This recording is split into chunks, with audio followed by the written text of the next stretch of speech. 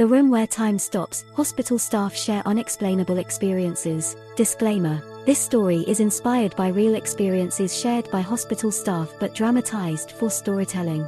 Viewer discretion is advised. If you enjoy spine-tingling hospital tales and eerie mysteries, subscribe to Hospital Whisperers and hit the bell icon so you never miss an episode. They called it Room 313, the room where clocks stopped ticking, call bells didn't work, and patients whispered of figures standing at the end of the bed. The strangest part: everyone who spent time in that room was never quite the same again. The new night nurse. It was Nurse Emily's first week on the night shift at Crestwood General Hospital. The corridors were dim and quiet, the kind of silence that felt too thick for a building that never truly slept. She was given a list of patients and a map of the wing. The charge nurse casually warned her, avoid lingering in room 313. Just do your rounds and move on. Emily, trying to prove herself, laughed it off. When she entered room 313 for the first time, she noticed the air felt heavier. Not cold, just still. The wall clock had stopped at 2:41 a.m. She tapped it. Nothing. Her patient, Mr. Coleman, a retired physics professor, stared at the ceiling muttering numbers. Emily greeted him gently. He slowly turned to her, eyes wide and voice trembling. You feel it too, don't you? The pressure in the air. The ticking stopped. It always stops here.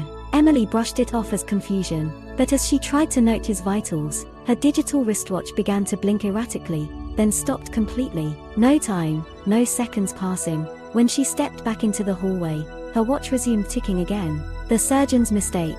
Dr. Marcus Chan, a respected trauma surgeon, had long dismissed talk of haunted hospital rooms. One afternoon, during a severe storm, a patient coded and had to be moved urgently. The only available room, 313, he agreed, annoyed at the whispers around him. While suturing a small wound later in the room, he noticed something strange. He couldn't remember if he had already completed one of the stitches. The same stitch appeared to repeat itself. His hands were moving, but his memory lagged behind. His assistant, Natalie, spoke up. Dr. Chan, you've done this part already, twice. That night, he dreamed he was still in room 313, trapped inside, operating on the same patient forever, only the face kept changing. His father, his mentor, himself. He woke up in the break room, drenched in sweat. It was 2:41 a.m. The security footage. The hospital's head of security, Reggie, had worked there for 22 years. He didn't believe in ghost stories, but he believed in footage. When complaints about strange figures and call bells not working from room 313 escalated, he reviewed the overnight CCTV footage. That's when he saw it. At 2:41 a.m. every night for 3 consecutive days, the hallway camera outside room 313 froze for exactly 1 minute. When it resumed, no staff were visible, but the door to 313 was wide open, despite being closed in earlier footage. He enhanced the video.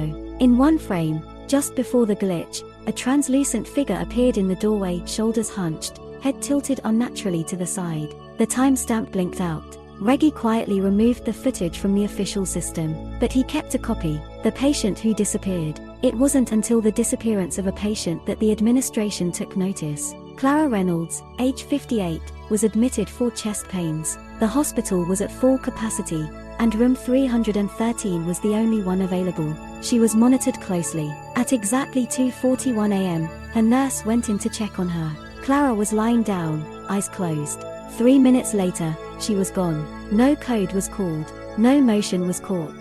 Her ID wristband was left on the bed, folded neatly. Security reviewed every exit point. Not a single camera saw her leave. She had vanished from room 313. Her belongings remained. Her vitals, hours earlier, had been completely normal. The case was reported to the police, but there were no leads. Just one note written on the back of her admission form: it stops again tonight. The old janitor speaks. After weeks of rising tension, the hospital staff began quietly passing rumors. That's when Henry, the oldest janitor on staff, who had worked at Crestwood before the current building was renovated, came forward. He revealed that room 313 stood on the original site of a surgical suite from the 1950s, one that had caught fire in 1959. 5 people died in that fire: a surgeon, 2 nurses, a janitor, and a patient who was reportedly still conscious during surgery. The hospital never properly memorialized the victims. The new wing was built on top, and room 313 was placed exactly where the old or had stood.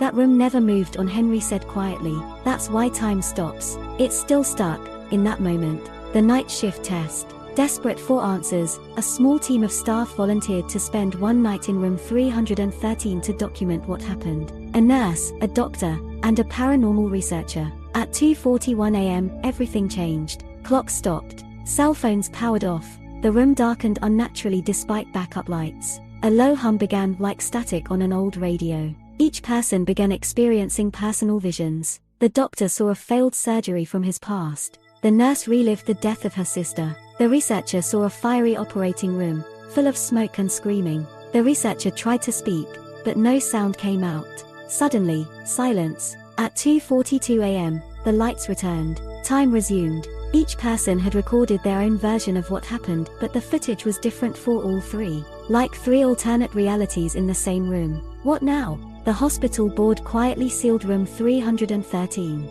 It was reclassified as a storage room. New staff were told it was under renovation. But those who had worked long enough knew the truth. To this day, no electronic device works properly near that door. Visitors say they hear faint knocking if they stand still long enough.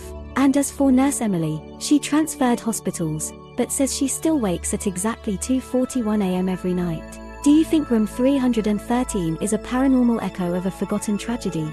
Or is there a scientific explanation we've yet to uncover? Let us know in the comments. And if you've ever worked in a hospital or clinic and had an unexplainable experience, we want to hear your story. Don't forget to like, share, and subscribe to Hospital Whisperers for more eerie, suspenseful true hospital tales.